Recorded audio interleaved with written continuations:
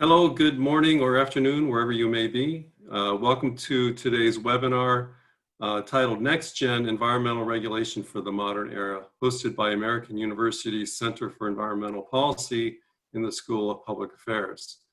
Today's webinar, my name is John Reeder.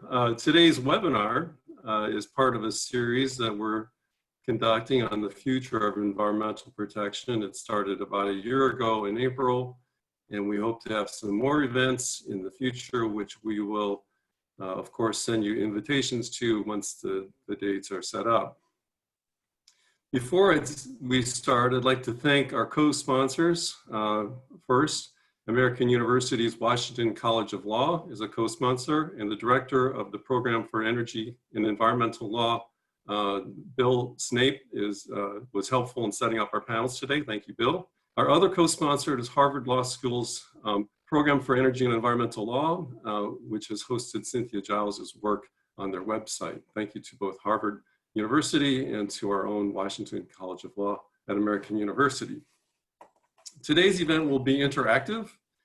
After the presentation by Cynthia Giles and after all of our panelists have had a chance to react, we will open up for questions and comments from the audience.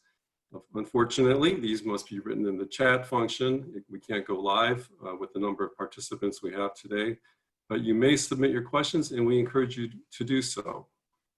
Today's event is scheduled to go until 3:30 this afternoon Eastern. That's past 3 o'clock. We don't want to lose you at 3 o'clock, and we would love it if you can stay past the top of the hour at 3 o'clock. I'd now like to introduce our moderator for today's event, Dr. Cornelius Kerwin, President Emeritus at American University, and Professor of Public Administration and Policy in the School of Public Affairs. Many of you may think of Neil Kerwin as the president or former president of American University, and you would be correct, he was.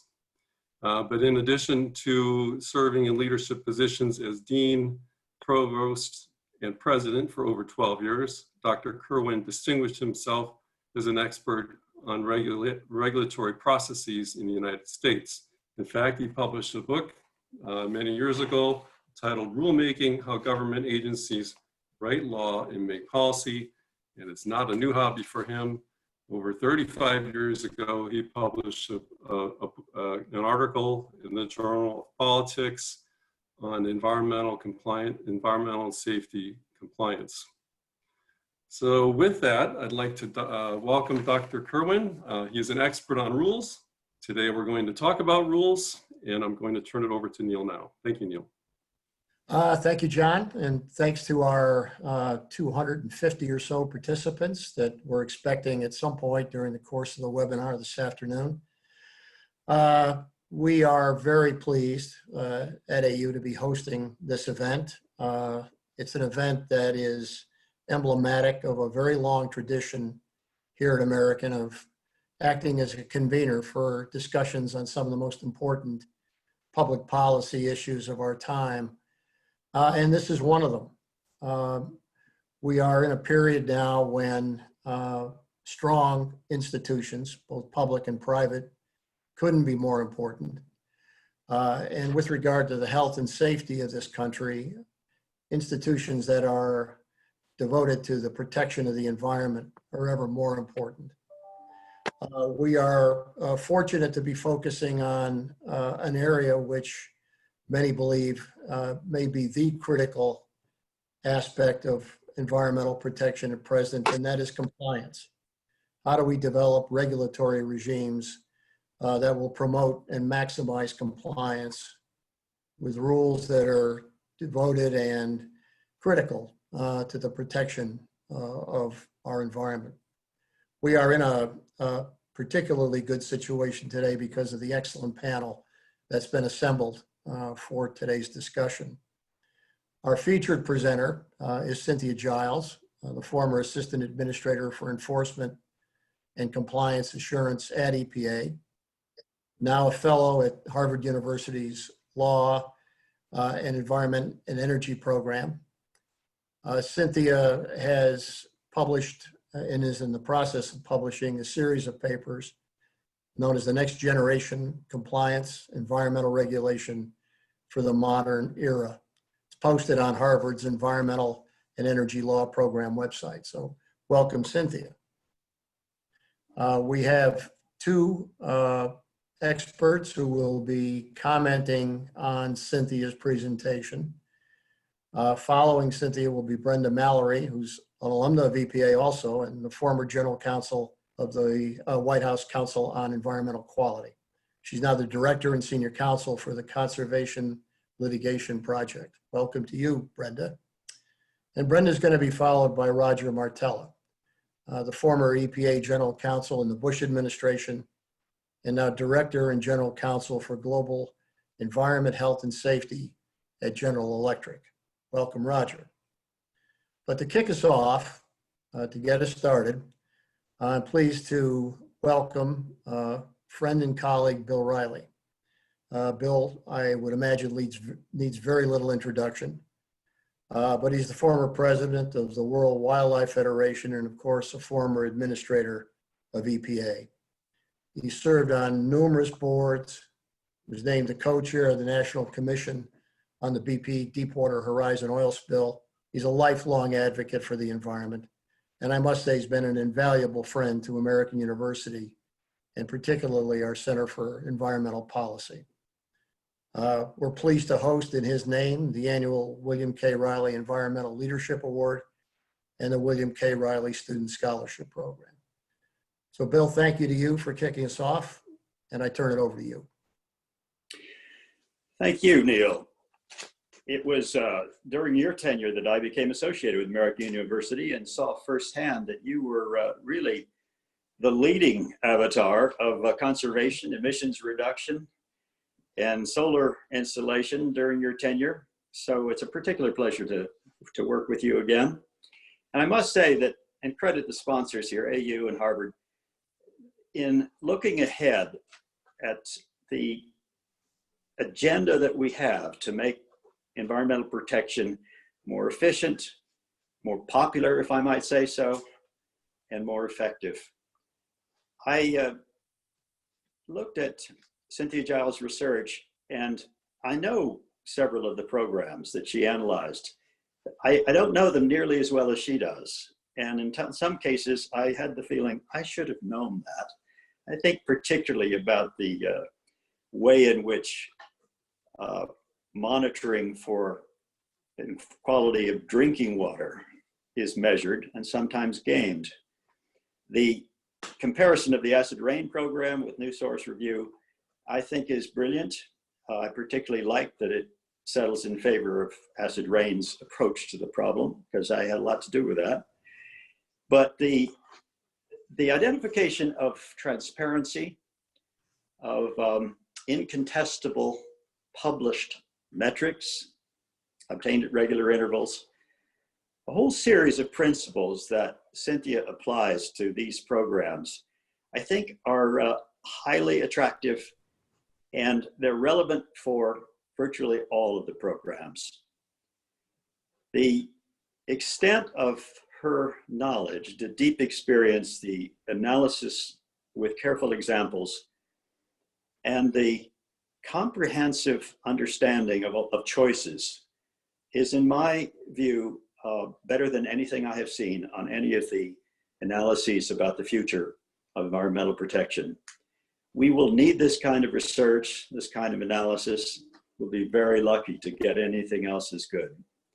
I am deeply admiring of the materials you're about to hear, and I really look forward to spreading the word more about the strengths and weaknesses of our environmental programs. Make no mistake about it, they have been and are extremely effective, and there are plenty of measures of that. We have a different environment than we had when all of this began back in 1970 with the first Earth Day and Nixon's signing of the order creating EPA.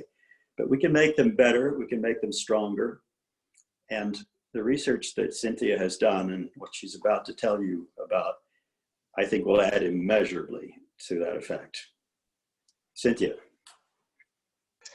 Thank you so much, Bill. I cannot tell you how thrilling it is for me to participate in something with you. I remember back to 1990 when you gave the stirring speech, aiming before we shoot, the quiet revolution in environmental policy. And I was so impressed to see the head of EPA willing to challenge conventional wisdom and asking the big strategic questions. And that really inspired me as I started not long after that as a career person at an EPA regional office. So hopefully the articles I've done are continuing in that tradition. So let me get the screen here.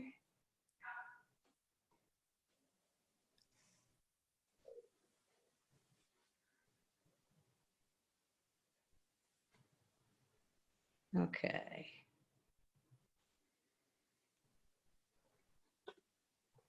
Sorry for the delay. I think I got it now. There we go. Okay. Hold on one second. There we go. So as Bill mentioned, the title of my series of articles and the title of this talk, Next Generation Compliance, Environmental Regulation for the Modern Era, could just as easily have been titled, Why Are There So Many Environmental Violations? And what can we do about it?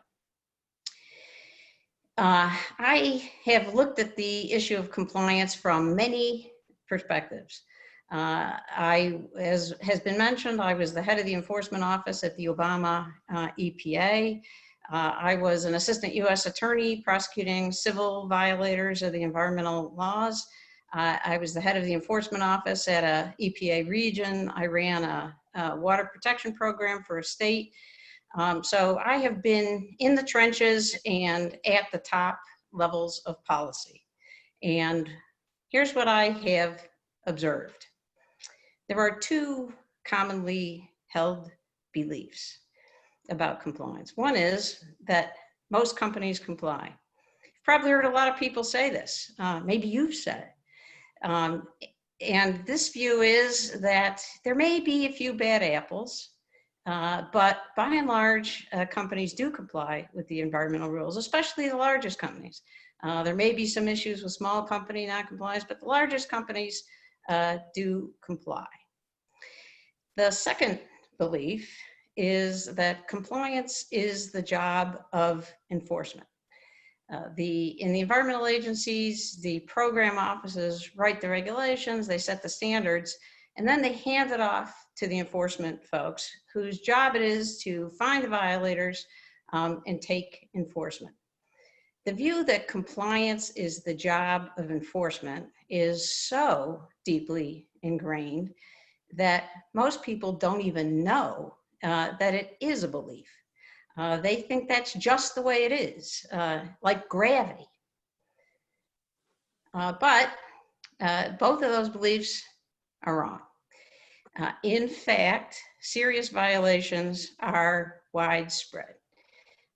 They're widespread, all sizes of companies, all sectors, all types of environmental programs. Violations are common in programs that control the amount of pollution that can be emitted.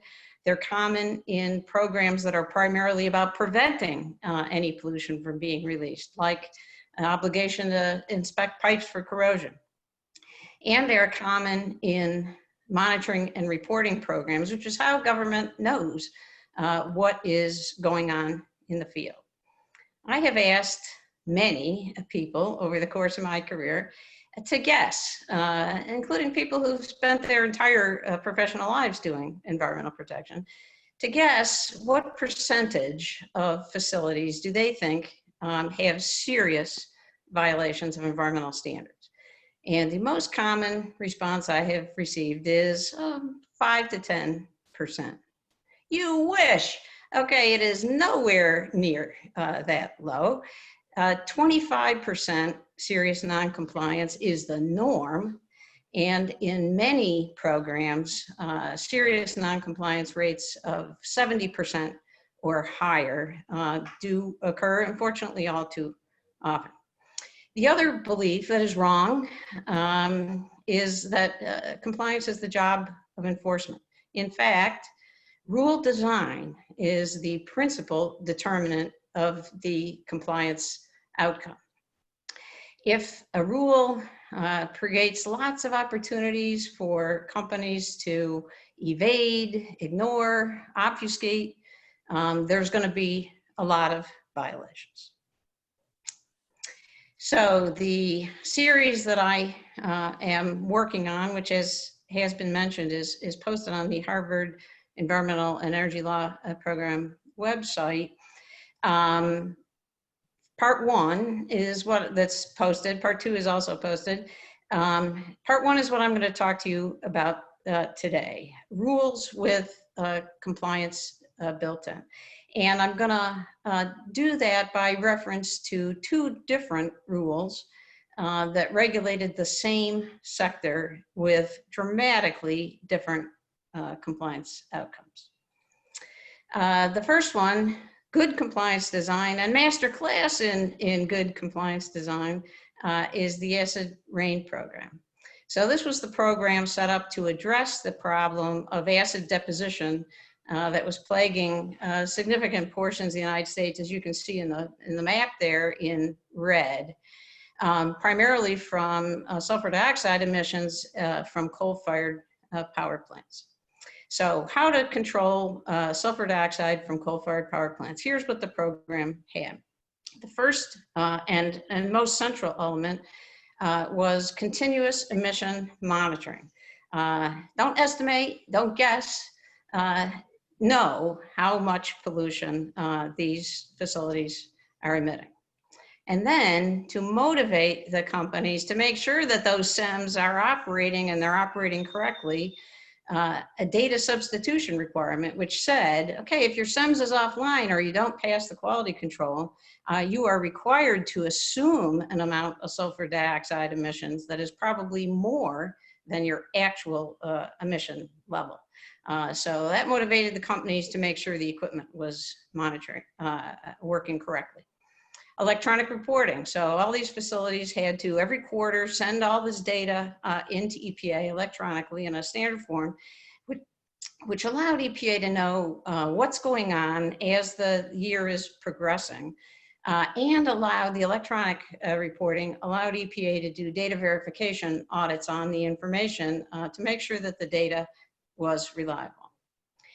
And even though the underlying obligations of the rule were complex, there were hundreds of pages of guidance on monitoring and reporting. The compliance determination was quite simple. Do you have an allowance for every ton of your emissions? Yes or no? Violations were very hard to miss. And there were automatic penalties. So if you didn't have enough allowances to cover your emissions, you were automatically assessed a penalty, which is higher than the cost of buying an allowance. So why wait and pay more? It's easier just to comply. So these features together resulted in a rule that had one of the highest compliance rates of any program EPA has ever done, over 99% compliance, with the very salutary effect on acid deposition, as you can see in the results on the map at the bottom. Contrast that with coal-fired power plants' new source review. This was the program set up to attempt to get existing large sources of pollution to upgrade and modernize their pollution control as the companies modified these plants. So it was envisioned that over time, you would get a much cleaner air as modern pollution controls were installed. If you intended to design a rule that was going to have a very bad compliance outcome, it would look a lot like a new source review. How NSR works is very complicated to determine when this new source review obligation kicks in, when the controls are required, very complicated. And each determination is made one facility at a time, very fact intensive and complex. The facilities were not obligated to tell the regulatory agencies when they were undertaking these modifications that might trigger NSR. There's no required reporting about that. So the information that would be needed to determine if there was a violation was held almost exclusively by the companies, and EPA wasn't going to get that without a fight. So it was very hard to find violators. On top of that, the pollution controls were very expensive. Worth it because the modern pollution controls reduced some of these most harmful pollutants by 95%.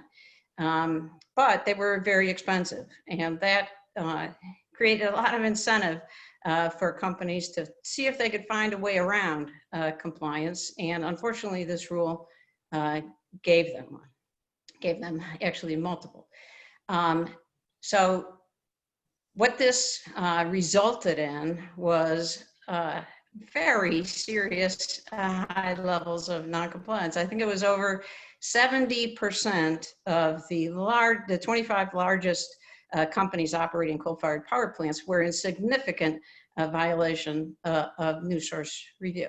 And recall that this is the same sector that had such a good compliance outcome with acid rain, showing that it's not the sector, it's the design of the rule.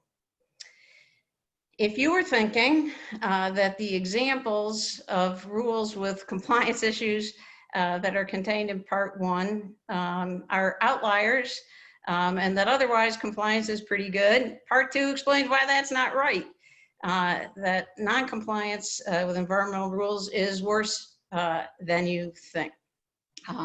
It's true in lots and lots of different sectors, and those are just the ones we know about.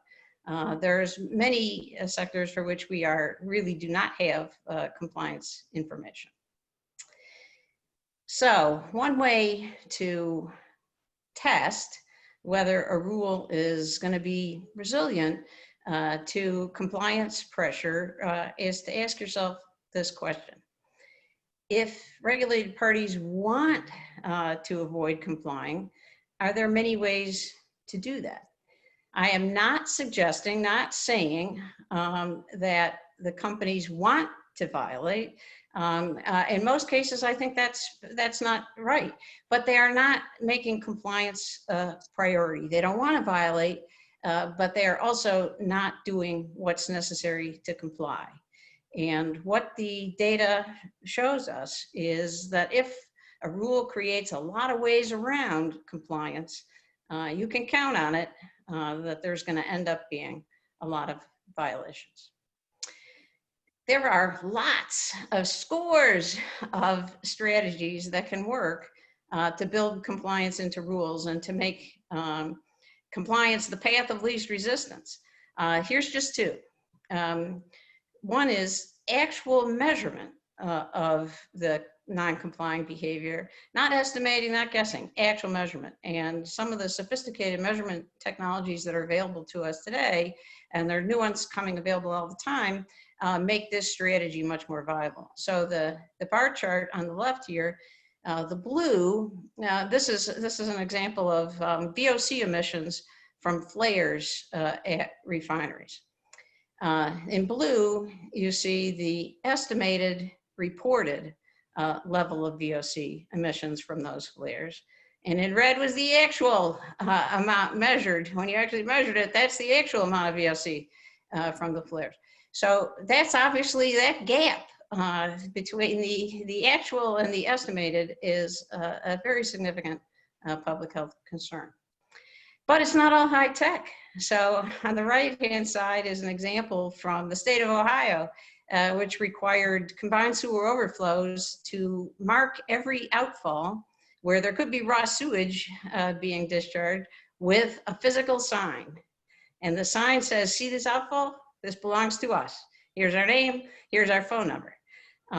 Very low tech, but it also had quite a salutary impact on the compliance of those facilities, as they anticipated the blowback that would come from having those signs there pointing out who's responsible. So there's a lot of things that can work, and there's some things that never will. And one of those is rules that put the entire burden of finding violators on the government. Rules that do that are doomed. The non-compliance is going to be extensive. Rules that rely on the honor system, cross your fingers, hope for the best, assume that companies are going to comply. That is not, the evidence is very clear that assumption is not warranted.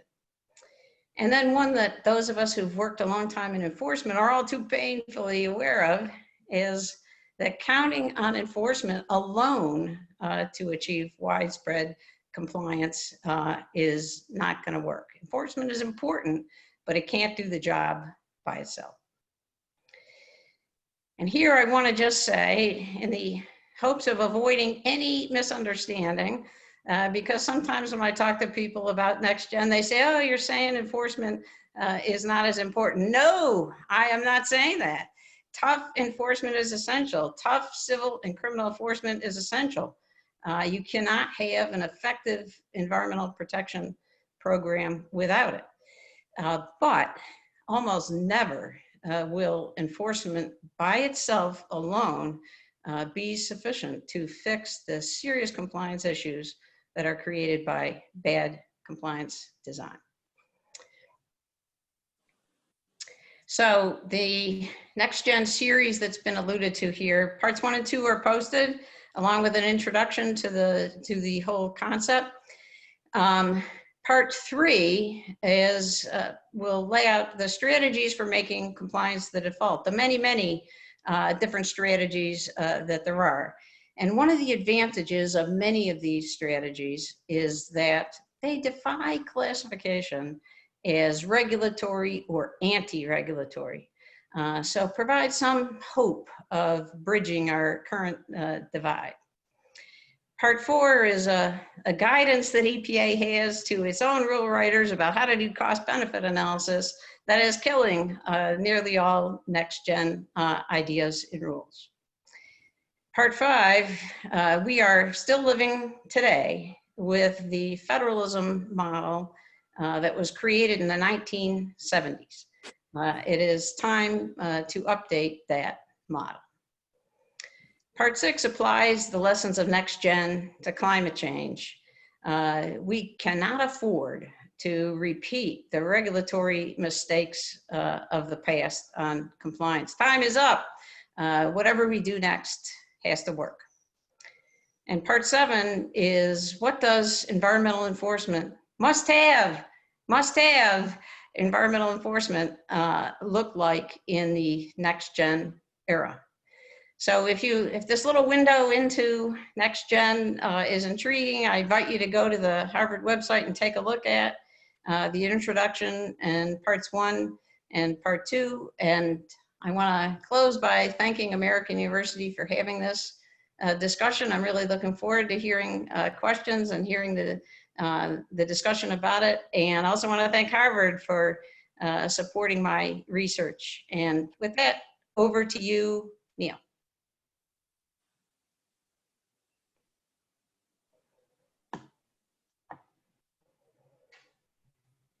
Neil, your audio You're is muted. on. Okay.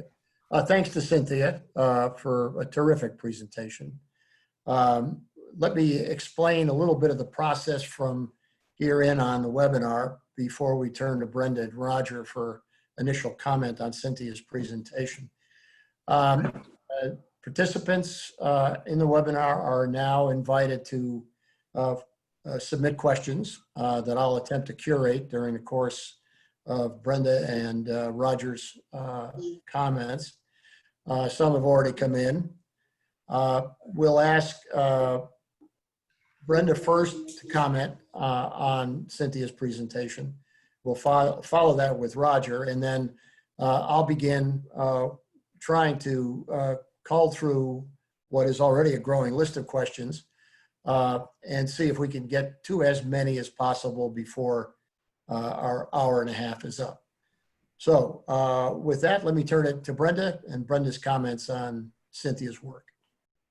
Thanks so much, Neil. And thank you, Cynthia, for that great presentation. I'd like to add my congratulations and appreciation to you for kind of investing the effort in looking at this research right now, because I do think it's really timely and will get people starting to think about what some of the solutions, the practical solutions, would look like in order to deploy some of the mechanisms that you talk about. So I'm grateful for that.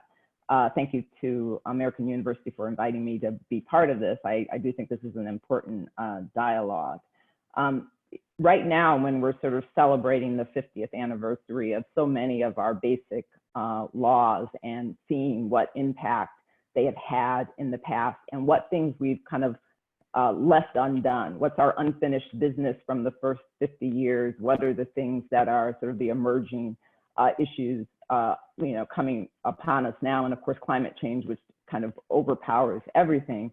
These ideas of making sure that the regulations that we do put in effect really do what they're supposed to do is really important. And I think this focus on compliance is really great. I think one thing I will say on the two premises of what people believe to be the truth, the one that really resonated with me is this idea that it's, most companies comply. Certainly the ones that don't comply, it's the mom and pop companies. And I think the reality of that really came home to me when I heard the very first report about the Volkswagen defeat device. That I was so stunned by that. And I think for most people, that was a circumstance where Volkswagen had actually engineered a device that would make their cars meet compliance standards when they were being tested, but then it would close them off and allow for the type of revving that the cars, people wanted their cars to do. And so very, in some ways an extreme example.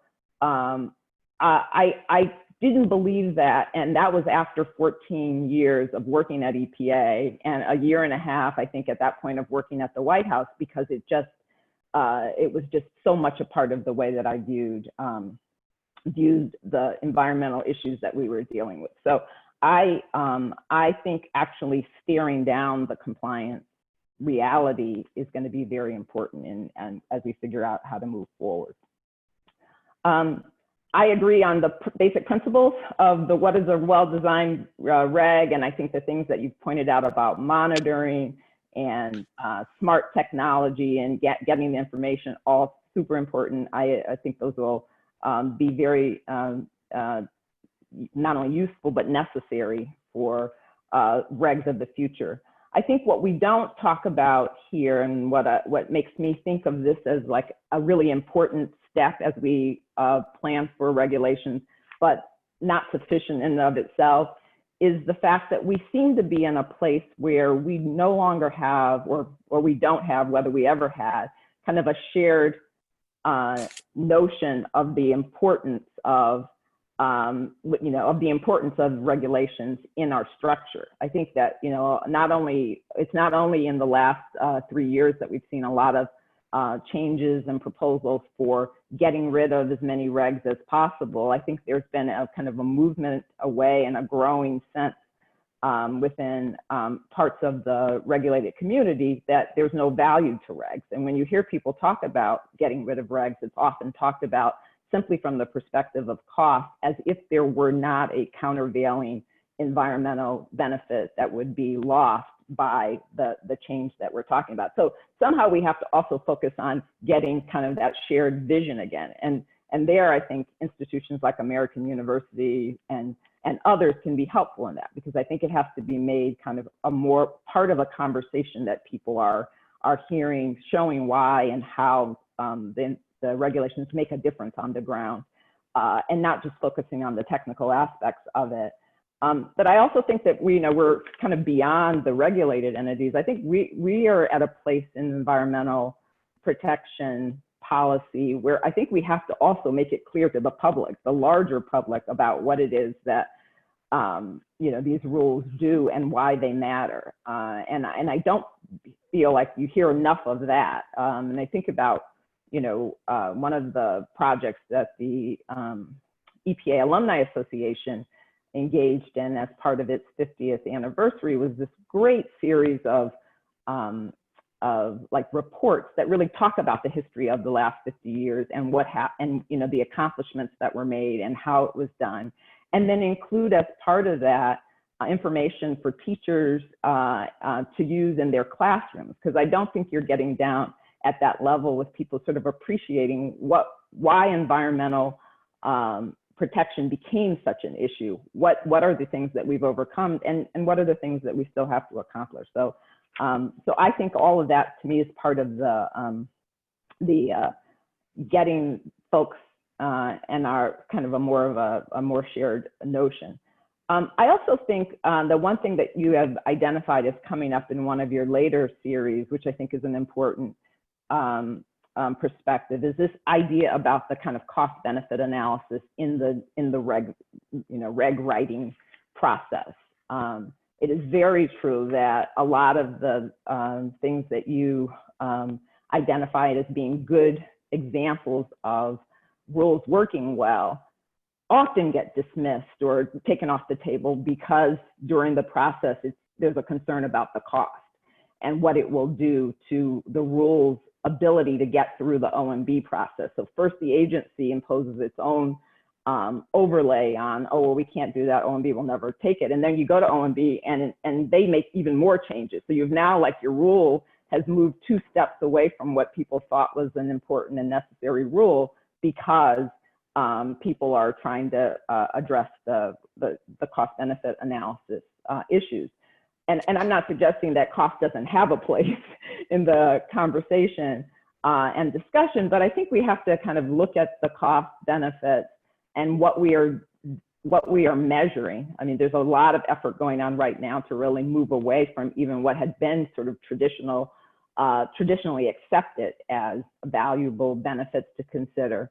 But even apart from that, I think we could look further back in terms of how we've lined up what's important in evaluating what's being served by a particular rule. So and so I do wonder a little bit both on your difference on NSR and asset rain, to what extent it's a reflection just of those differences in the metrics as opposed to the differences in the mindset. Because, when asset rain came in the mid-90s, it seems like there was more of an openness and willingness to kind of trying these different types of tools. I would be really surprised if the rule writers weren't attempting to put those same tools in the NSR program, but the times were different, and that was no longer something that was viewed as appropriate or acceptable. So that was one thought that I had, that I was curious as to whether there's evidence that would indicate one way or another on that. Let's see.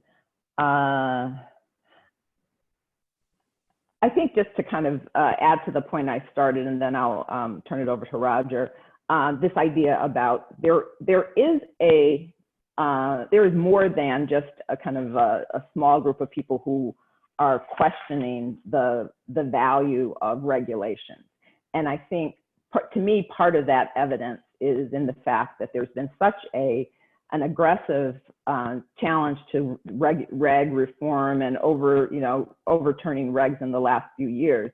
And the pushback on that is not what you would think it should be, given the magnitude of what's being challenged and attacked. I mean, we're not just talking about like 1 or 2 specific rules that people don't like. We're going after like the whole foundations of rulemaking. We're going after the science. We're going after the ability to involve the public in these issues, and we're going after the science.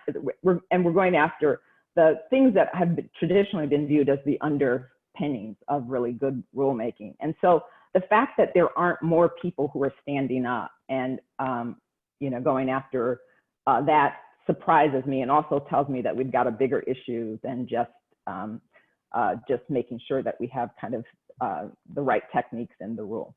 So let me stop there and turn it over to Roger. Thank you, Brenda. It's always good to see you and hear those great perspectives. I'd like to join you in thanking AU and Harvard for inviting me to be on this panel. And I hope first and foremost, my panelists and all our participants, everyone is safe and sound, and you're all doing as well as possible. Like the others on the phone, I've been an environmental lawyer pretty much my entire career with a mix. I started in the Justice Department during the Clinton administration. As mentioned at EPA during the Bush administration, I was in private practice for some time, and now I'm in-house at a large multinational company. So I bring that perspective of having worked with the regulated industry in various different capacities over many years, and going to share some of that today. I do want to say at the outset that what I'm going to talk about, these are strictly my own personal views. I feel passionately about these issues. They don't represent the views of any current or former employers or clients or anything like that, but I will draw on some experiences. And I also want to thank Cynthia. Her presentation, when I got to read it, I've seen elements of it before, but I focused on it, of course, for this. Really resonate a lot of the themes that I know Brenda talked about, that I've been thinking about. And I agree with so much of it. I'm going to share some of kind of the areas that I think are really critical. I probably have a different perspective on some of the thoughts on how companies approach these issues. I want to share those perspectives as well. I'm sure we can have some good discussion on that. But let me start with where I kind of vigorously agree, which is this whole concept of looking at a next generation of approaches to environmental issues. And I really appreciate the way she phrased it in terms of rule design and how we can design these things. I think this concept as a whole, and Brenda already touched on it, as we think about the 50th anniversary of environmental law, to me, what really weighs on me the most is how we need to fundamentally revamp what we're doing and how we're losing so much time in doing so. I think we probably all agree that these issues are getting more challenging, they're getting more complex, they're global in nature, and they're more important than ever. Safety is at the forefront, as it was in the beginning, it is again, and particularly the vulnerable population. So we have this huge need to act and to address these emerging serious circumstances, but the law's been very stagnant. I had the opportunity earlier this year to talk about climate change, and I talked about kind of the growing significance of climate change as a worldwide issue, but I also plotted out the development of climate change law on a chart. And I can share that with you, but while there's been some upticks in terms of how law and policy have addressed climate change, over the last 10, 12, 15 years, it's been relatively stagnant. And so we see the law is not keeping up with the pace of the seriousness of these issues. And that's where I really appreciate Cynthia kind of in the enforcement context, bringing that to such clear precision in terms of demonstrating that. I thought the discussion of the acid rain rule versus NSR really draws this to perfection, even though both of those are still somewhat in the rearview mirror. The acid rain rule, I think of as a bespoke solution, that the agency had the ability to kind of design something that really fit the problem as well as possible. And as Cynthia talked about, it was a win-win for everything: the environment, the regulated industry, the people impacted by this. And so it demonstrated, I think, such a unique and unprecedented success because there was this bespoke opportunity. NSR was like a square peg in a round hole. People were trying to make these things fit together to address an issue. And as Cynthia pointed out, it really, I don't know anyone who could claim credit for saying that really worked all that well at all. And I would agree with that assessment. So I think it reinforces her approach that these outdated tools need to be updated for modern problems. I agree with that theme as a whole. And it struck me listening to her speak about, a lot of these laws were 50 years old. Some of them are 30 years old, and the rules are pretty old, and how much technology itself has changed, even since the acid rain rule, that we have such a stronger advantage now to get ahead of this, to be proactive and address these issues, and we should take advantage of that.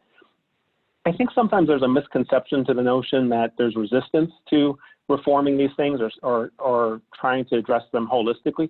I actually think, I can't speak in generalities. I'm sure there's always someone who's going to oppose something. But I actually think to some extent the opposite is true. I think there's a general consensus, that the current system is not adequate, and certainty is really key to the regulated community. They would rather work in an environment of certainty, knowing what the expectations are and knowing what they need to invest in, like with acid rain. And I think offering certainty could be a key selling point in getting consensus around some of these next generation concepts and the need to think big and bold on these issues. So I agree with all that, and I really appreciate it, because if anything, I would take some of the themes that Cynthia is talking about, expand them beyond enforcement, and want to apply them more generally to, you know, all pressing environmental law issues, and we can all talk about what those are. You know, where I probably would maybe take a bit of a different view would, again, be on the kind of the perspective on how corporations approach compliance issues. And again, we can all point to examples and you know, things that didn't go this way. But I have worked with, you know, companies, like I said, in different capacities. And I do want to share some themes of what I've seen. And I would start with the word culture, which sounds like this fishy, you know, hard to get around concept. You know, it's this fuzzy thing, but it's really not. Organizations have cultures. Everybody here either works for an organization, has been part of an organization, you're in a school, and so you know what I mean. Different organizations have different cultures, and companies have cultures. It's really true. And if you work for a company, you know that. And culture includes, for the companies I've worked with, I've been lucky to work with these types of companies. I haven't worked with ones who don't fit into this. But culture includes, frequently, as the first part of the culture, a commitment to compliance. It's not uncommon to see a company say, you know, when their list of their corporate culture, the first thing they do is focus on compliance. That's not just environmental health and safety. It can be labor issues. It can be human rights issues, supply chain, securities reporting, and things like that. And companies, as a result of these cultures, strive for compliance. They employ huge teams of people at multiple levels in the company, from the officer level down to individual sites. They have teams of people who do audits of these people to ensure that they're checking the people to make sure compliance. They use outside consultants. They make huge investments to work towards compliance and enforce this culture of compliance. You know, obviously there's been issues. I wouldn't be, you know, have been able to work like I have if there haven't been issues that popped up, and we wouldn't have much to talk about. And I think there's been some examples on the call already of, you know, some cases that are, you know, pretty concerning, and the government appropriately took very aggressive action, as they should. But, you know, there are things that arise that are unanticipated. Sometimes there's a lack of clarity. And what I've seen in these situations is companies, they reach out to me because they want to disclose these issues to the government. They want to work with the regulators to address them. And it's a credit to not only the companies, but to the agencies, that the agencies, including EPA, under Cynthia's leadership, have created kind of environments where companies can come to the agency and report these issues and work collaboratively. And there's sometimes penalties, there's sometimes significant penalties, but the notion that the agency has invited these processes to find collaborative solutions, and Cynthia was a big advocate for this. And I think it speaks well for both sides. You know, the most challenging issues I've had in this space, and it's not just EPA, it's been more than one example, it's been more than one agency, is sometimes there's a situation where you have a rule on the books, you have a law on the books, and a company wants to comply with it. They're working very hard to do so, but there may be a position that's not as clear. And a regulator may feel very strongly about this position, and it might not have been as clear to the group trying to comply with it. Those can be, I think, the most challenging situations. I think that's a lot what Cynthia is trying to get at with this next generation compliance, you know, recognizing that a lot of these tools are outdated. They need to be updated. And I think having some collaboration where you focus on how you can do that together is something that a lot of groups would recognize and welcome. So, you know, again, this notion of culture, it seems like a fuzzy concept, but in the modern era, you have corporate social responsibility, you have ESG requirements, you have companies being held accountable by shareholders, transparency. There's a lot of reasons that companies, you know, focus on this culture of compliance. And I'll say I've worked with a lot of companies who, you know, are global companies, work all around the world, and they work in environments where the rules are not like in the US, where they're not as stringent. And they seek to protect people, they seek to uphold the same standard they would anywhere in the world. And I've seen situations where local regulators have pushed back and said, we don't want you, you know, being more stringent here because it will set a bad example for other things we're trying to do. And multinational companies, by and large, they're going to hold themselves to the same standards all around the world and go beyond compliance in these issues. I think that when you think about how companies and what their cultures are, you don't want to think of them in the best of times. You want to think of them in the worst of times and the most challenging of times. I think, COVID is really reinforcing this point. COVID is, causing unprecedented challenges for everybody, including companies. And one of the things I think has been, really reassuring to me is how companies have stepped up despite the financial challenges to prioritize what's most important. And the thing I think that's been most impressive, we've seen all these great stories about companies changing their manufacturing lines to produce ventilators and masks and things like that. But something that goes a little less noticed is if you're watching CNBC or Jim Cramer or something and you see a CEO come on and Cramer says, what's the most important thing to you during COVID? What's top of mind? And how many CEOs say the thing that's most important to me right now is keeping our employees safe? That's the most important thing. We're going to suffer, financial performance, quarters going to be delayed, we're going to miss earnings. But the number one thing front and center, top of mind, is keeping employees safe. And I think that has been a reassuring notion of how in the worst of times, these cultures of compliance are really coming through. And I think it's been true. This is not things people just say. I've seen it with my peer companies and other people I work with, how sincere their companies are at prioritizing the safety. Again, not to say there aren't exceptions to this, and that's why I support a very strong regulatory environment, a very strong enforcement environment, and very strong penalties as appropriate. I think Cynthia has convinced me, though, that the burden should shift. It shouldn't be on kind of, counting on enforcers to kind of spot check companies and find things that go wrong. That given modern technology and modern approaches to things, we need more like the acid rain environment, where there's more real-time understanding of how companies are performing under these rigorous enforcement programs, which should not be diluted in any way. So I think, I support this notion going forward. I would love to continue to contribute to it. I think we should do so recognizing that there's a significant culture in corporations that would embrace this, that would want to work towards finding in a positive way that I think it'd be better if there was, a good way of collaboration for all stakeholders, not just companies, but NGOs, public interest groups and other groups to support that and focus on these opportunities to collaborate. Good. So thank you for this opportunity. And I think with that, Neil, I'll turn it back over to you. Thanks, Roger. We've accumulated a very healthy set of questions from those that are participating in the webinar, a lot of them, but in my initial run through, I can see three clusters that both Brenda and Roger have actually anticipated in their comment. One is, several have asked, are we at the point where new legislation is needed, that the existing statutory frameworks have become obsolete? They're no longer as effective in providing the kind of framework that the Environmental Protection Agency needs to work within.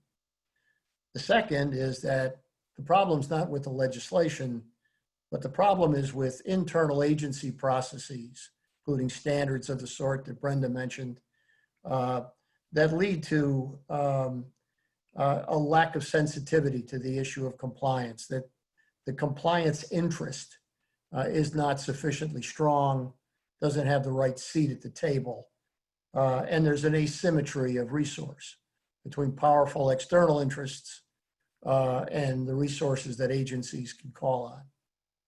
And then the third, Cynthia, maybe begin with this, just exactly what does next gen look like? We know you're working on a series of papers, but is it all driven by technology? Is it all really going to hinge on our ability to do what was done in acid rain in a much broader swath of environmental protection? And then a concern that's been raised by several people who have asked, are we in a period now, because of what appears to be an impending recession and the action that's been taken by this administration to relax compliance and enforcement responsibilities, that it's going to be a while before some of these very good ideas about what the future should look like could take hold? But let's begin with the panel. Ask Cynthia maybe to kick us off. Is it new legislation that's needed, or is it an adjustment and an alteration of internal agency procedures?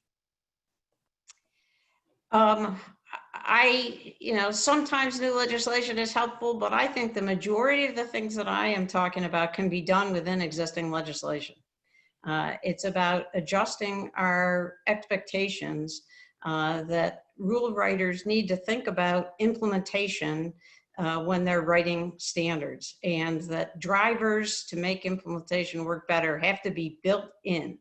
The biggest barrier to that right now is the culture. Getting to what you said, Roger, is the culture is that's not the job of the rule writers. That's up to enforcement to worry about that. Rule writers don't have to think about that. That is a completely wrong-headed perspective from my point of view, and that there is a huge amount that can be done within existing law to make the environmental and public health protections more effective. Okay. Brenda, Roger, you want to weigh in on that? Do you agree with Cynthia's assessment? I mean, I don't think enforcement is necessary. Of course, it would be great if we had laws that actually reflected the time that we're in. But I think given the way that Congress has functioned over the last several decades, counting on that doesn't really make a lot of sense. And I do think that we can work within the structures for at least the type of techniques that Cynthia is describing. Okay. Roger, what do you think?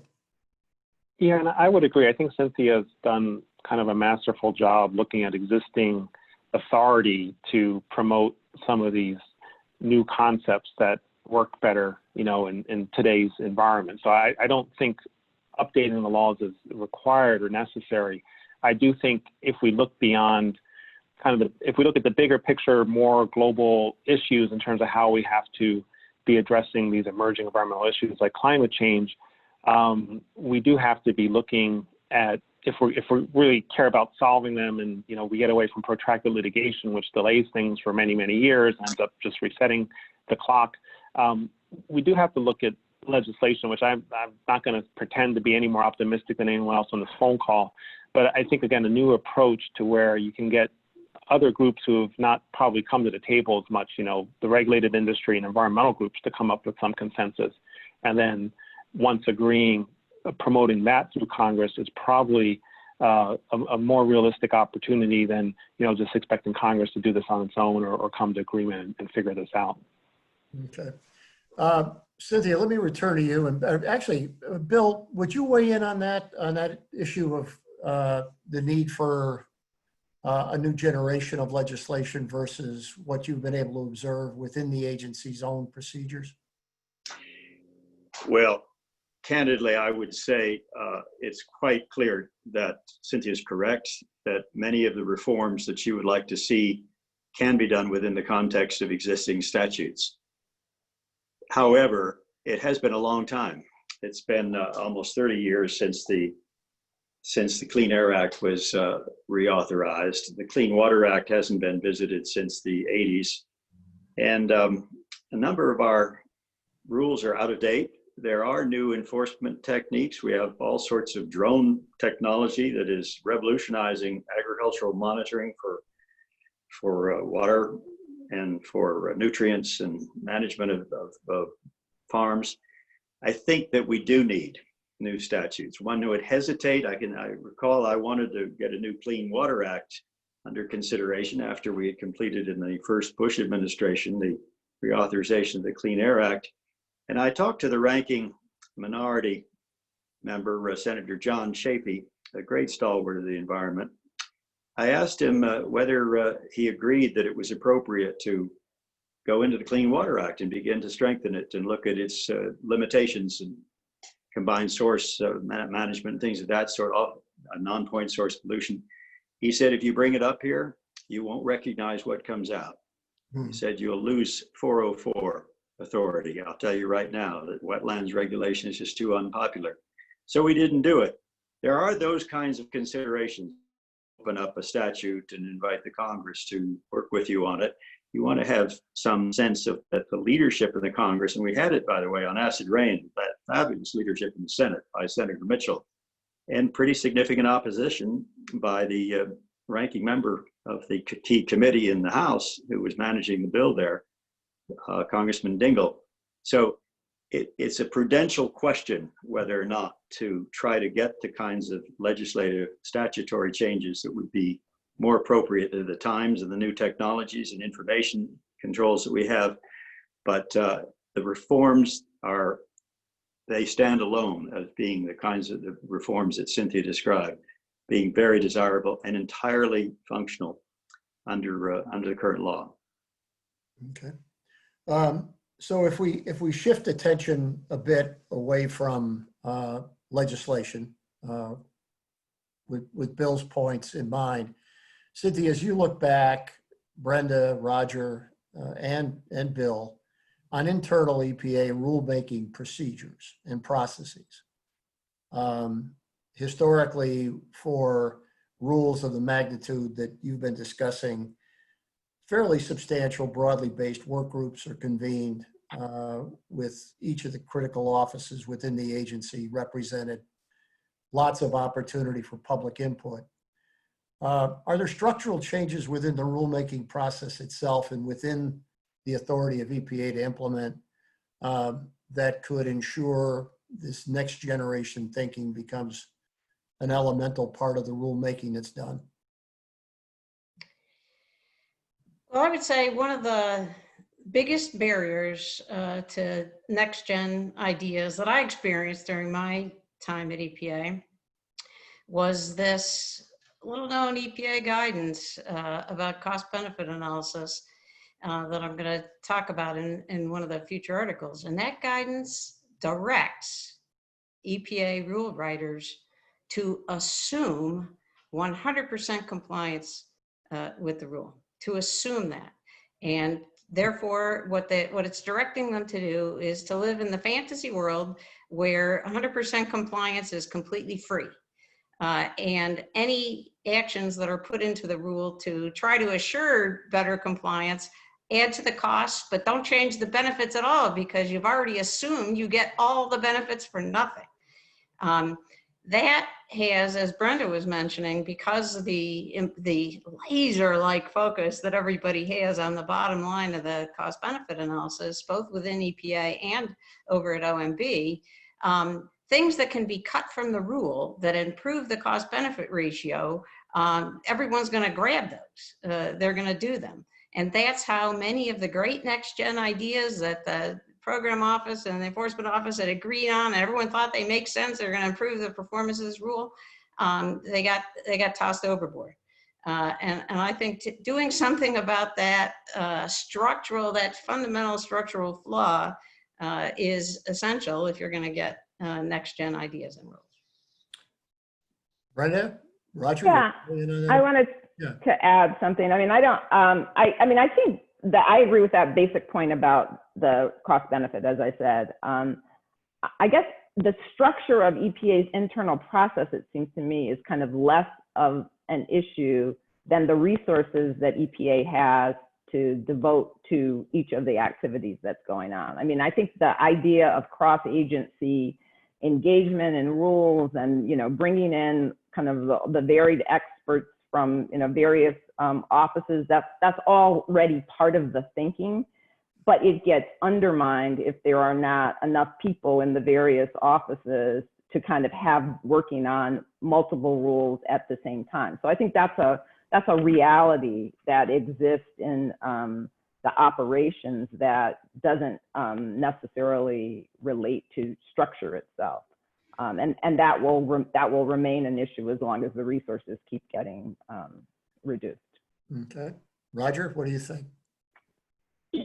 Unlike my concerns about the substantive environmental law, which I think, need to be updated and refreshed, I like Brenda, I'm more optimistic on the procedural part of this. I do think that there's good procedures in place and on the books on transparency, public participation, rulemaking.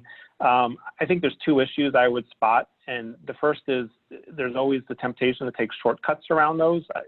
I've seen every administration, Republican and Democrat, do that. I don't like it when they do. And I think it's important that every administration and, follow these procedures, regardless of what they think about the rule or the sensitivity of the issue, and promote transparency, public participation. So I think it does undermine the system when they don't. But I wouldn't change it. I would just try to more ensure it's enforced across the board. I think the bigger challenge is on the litigation side, that as Cynthia and Brenda and Bill would know, anything EPA does is going to be litigated, and that's our system, and that's perfectly fine and good. But it does lead to significant delays in progress, and it leads to a lot of uncertainty. And I've always struggled with that, and whether there's ways to kind of balance the need for litigation, but the concerns about the timing and the uncertainty, and find a way for accelerating some of those opportunities and getting to those outcomes quicker so that things can move forward. Okay. We have another question, or actually cluster of questions about the fact that a lot of advocacy in recent decades for more holistic looks at the environment. Going to Bill's point about the age of some of our statutes and the structure, the way they perceive the environment, the need that we have to move cross-media to be really effective in our ability to protect human health and the quality of our environment. One set of questions, Cynthia, for you is that the principles that you've developed as a result of your look at acid rain and coal-fired, do those principles cross well from air to other media? And second, are there structural obstacles, within the statutory frameworks themselves that deal with water and air and waste that would have to be overcome either through internal process or amendment? So let's talk about the ability of these new generation technologies to benefit issues in other media first, and then the question of an overall approach to cross-media issues, both in terms of the content of rules and the enforcement apparatus. Well, I would not say it's correct to call it next-gen technologies. I do think that some of the new technologies are an aid to enable us to do a much better job to measure pollution, for example, and for some sectors that's previously been impossible. But the key thing that I emphasize in Next Gen is designing the rule to the problem you are facing. And every rule is different. A lot of EPA's programs and enforcement efforts are not about pollution per se. They're not permitting a certain amount of air or water pollution.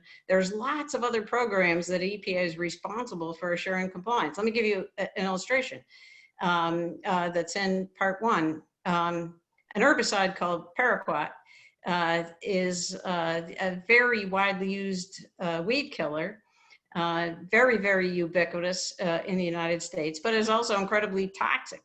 And a single sip can kill you. So for that reason, it's a restricted use pesticide. Only licensed applicators can use it. And you are not allowed, the rule specifically says you may not transfer paraquat into another container, like a beverage container, for example. You wouldn't think you'd need to tell people that.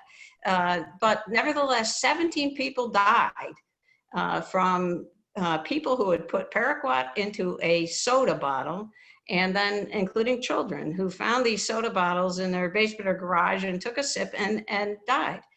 EPA's answer to that was very simple and straightforward. Change the packaging. There's a new rule that says your packaging has to be such that it is not possible, not just ill-advised, not just warning, please don't, not possible to transfer that herbicide into a beverage container.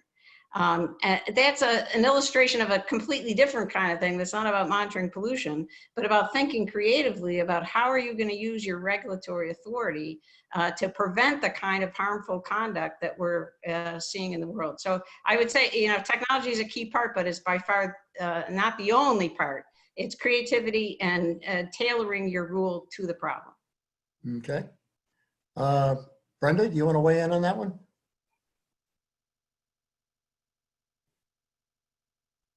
Brenda? Did we lose Brenda? No. How about you, Roger? No, I'm here. I Okay. don't have anything to add Okay, to that. fine. How about you, Roger? No, me either. I'm good. Thank you. That was a good answer. Okay, Bill? Yeah, I have a question for Cynthia.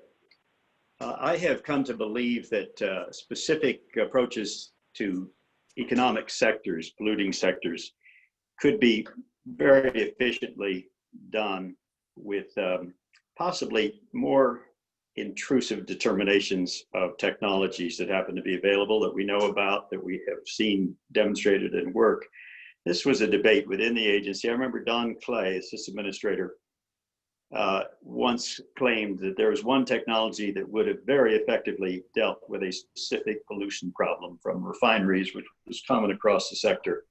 And we were insisting on some kind of performance requirement. And he said, you know, an engineer said to me, we just install that thing and the problem's solved. I look back at the way the Germans dealt with acid rain. They simply gave the industry 3 years to put scrubbers on all of their stacks. Punto. Much more expensive approach than we did with the United States, where we had performance standard. And I wonder, do you think it's worth reflecting on those kinds of situations that are more appropriate to specific technological requirements that we do know about, or is that does that get too close to trying to pick winners and maybe even stultify the development of more technology? So I feel strongly both ways. I think that I sort of do too, actually. I think that some newly available technologies create new opportunities to fine tune and individualize requirements to companies while we also have certainty about performance. And that's one of the things that's been a downside in the past about these kind of more nuanced and variable requirements is there's no way to find out what's actually going on. With today's technologies, there is some ability to do that. And in the right situation, that can be good and can be cost effective. I think that the one size fits all, everybody's going to do the following, has gotten an undeserved bad reputation that it is the right answer for some problems. And I talk in part one about how in the sewage treatment world, Congress said secondary treatment, everyone's going to have it, period, the end. And yes, you can do more stringent if you're a state that wants to, but the states had been unable, for political and technological reasons, they've been unable to impose the necessary treatment requirements on sewage treatment plants for a host of reasons. And it took Congress saying, no, everybody's going to do it to get the huge benefits that we ultimately got for nutrient reduction as a result and pathogen reduction from secondary treatment. So I think we need both. I think what we got to do is be less ideological about there's a certain kind of answer that's the right answer. No, the answer depends on the problem. Let's be a little less rigid. Let's be more embracing of innovation and new technologies, and to be also understanding that sometimes there's a time for one size fits all or straight ahead ban is the best answer. Okay. Thank you. I want to return to a series of questions people are asking now about the immediate short term.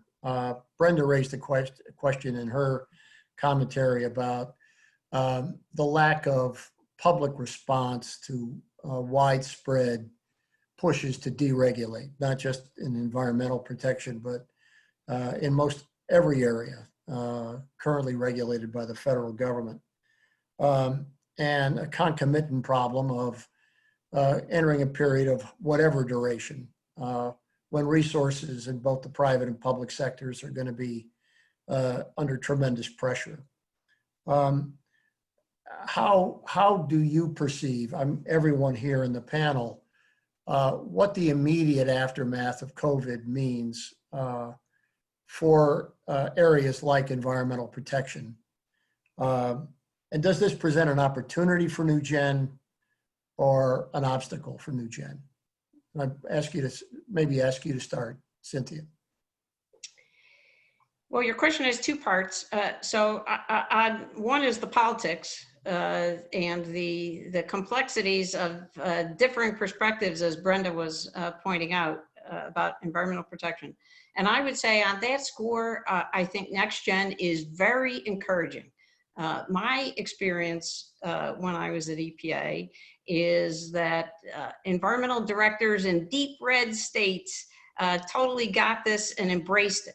And I also had many very constructive interactions with CEOs of companies who could see the advantages to them, both of improving the performance record for themselves, but also leveling the playing field and making sure that their competitors were going to have to do what's required. So I think that NextGen has a tremendous opportunity for spanning the political divide. I've experienced that myself, and I'm very optimistic about that. As far as the COVID goes, I'm perhaps a bit of a contrarian when it comes to the impact of crisis on innovation. Crisis is the time to sprint on innovation. That's the time when it points out how it is most needed. To rely on an outdated model, we're seeing the creakiness and the difficulties that outdated model is creating for us in the time of COVID. If we had these more next-gen ideas, we'd be much farther ahead. So crisis is not the time to pull back, it's the time to press ahead. Good. Brenda, how about you?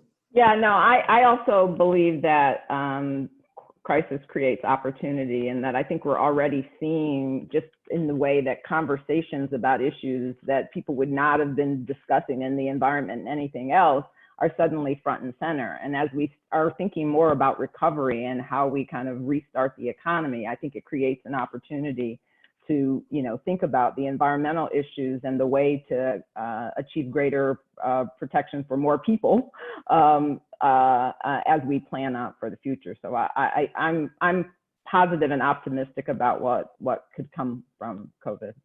Okay. Roger, do you see the same receptivity to the new gen ideas being accelerated perhaps by the current economic situation we seem to be facing? Yeah, I really like this question because when we were all home that first week in March, when things were starting to hit, I ended up, writing an article about exactly this issue and how COVID would impact corporate social responsibility. But I think a lot of the things that Cynthia is talking about overlap with that. And I said that, in my own view, I said there were three eras. I felt like coming into 2020, things were really hitting momentum. And I think part of that is, and I said this, that, while there has been a deregulatory initiative, other things have looked to fill those gaps. And a lot of that has been in the CSR space. There's been other pressures coming to bear from states, from shareholders, groups like that, to kind of build that momentum. And heading into 2020, there was a lot of momentum. I do think COVID has to some extent maybe changed the course of that momentum, but I don't see it being used as an excuse or an opportunity to walk away from these commitments. Maybe things are a bit on status quo, but as I talked about in my discussion, I think if anything, we're seeing companies step up and talk about safety, which is the core of all environmental issues, as the highest priority at the moment. So to some extent, I think it's a success story that it's putting such a spotlight on something we all care about. And then I kind of concluded, I'm going to have to remind myself exactly what I concluded, but I concluded, like Brenda and Cynthia, that this is really going to come out stronger. That first of all, it's going to show that really these issues are all connected, that these are global issues, these are complex issues, and we need to be focused more on solutions.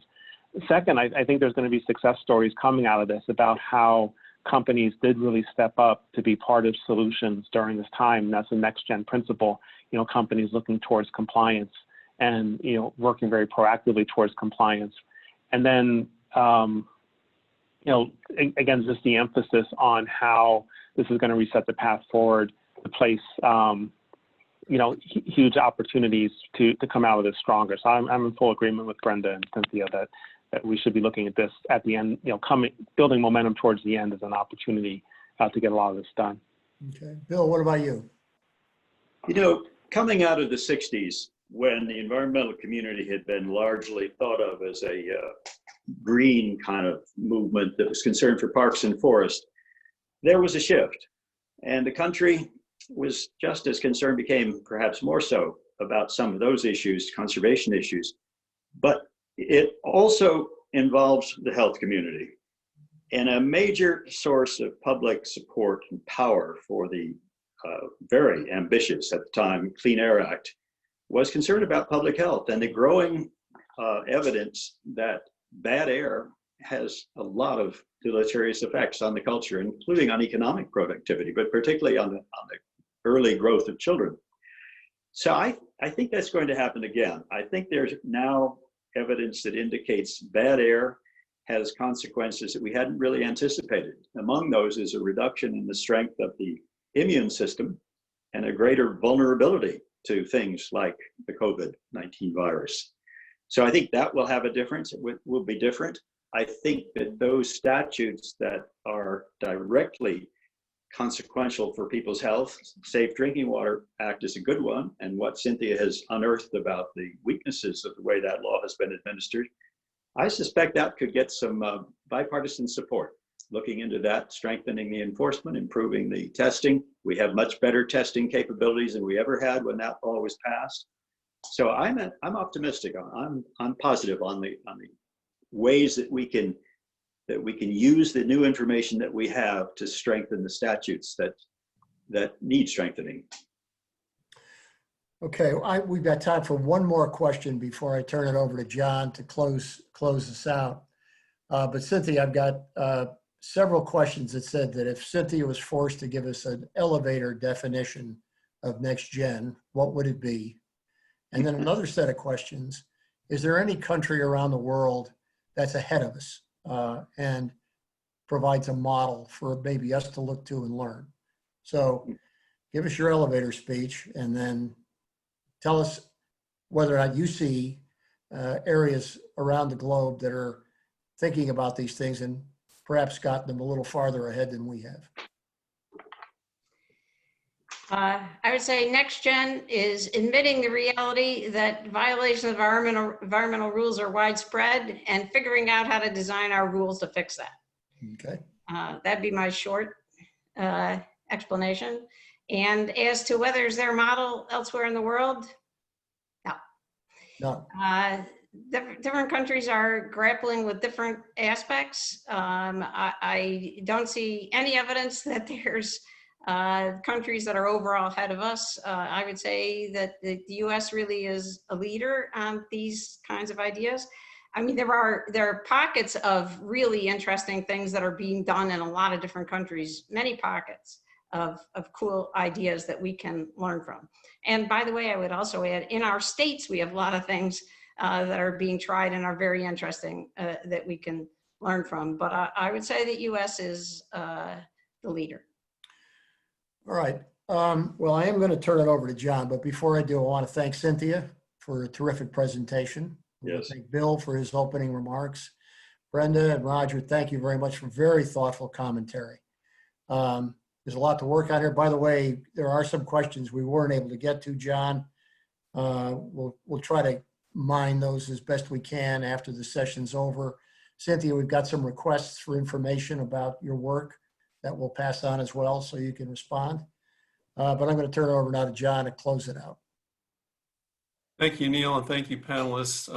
What a terrific conversation. A couple of things I wanted to tell you about. On June 18th, the Center for Environmental Policy at American is hosting the premiere of the film Unbreathable: The Fight for Clean Air under a partnership with the American Lung Association. And on July 15th, we're co-hosting a town hall on clean air and COVID-19.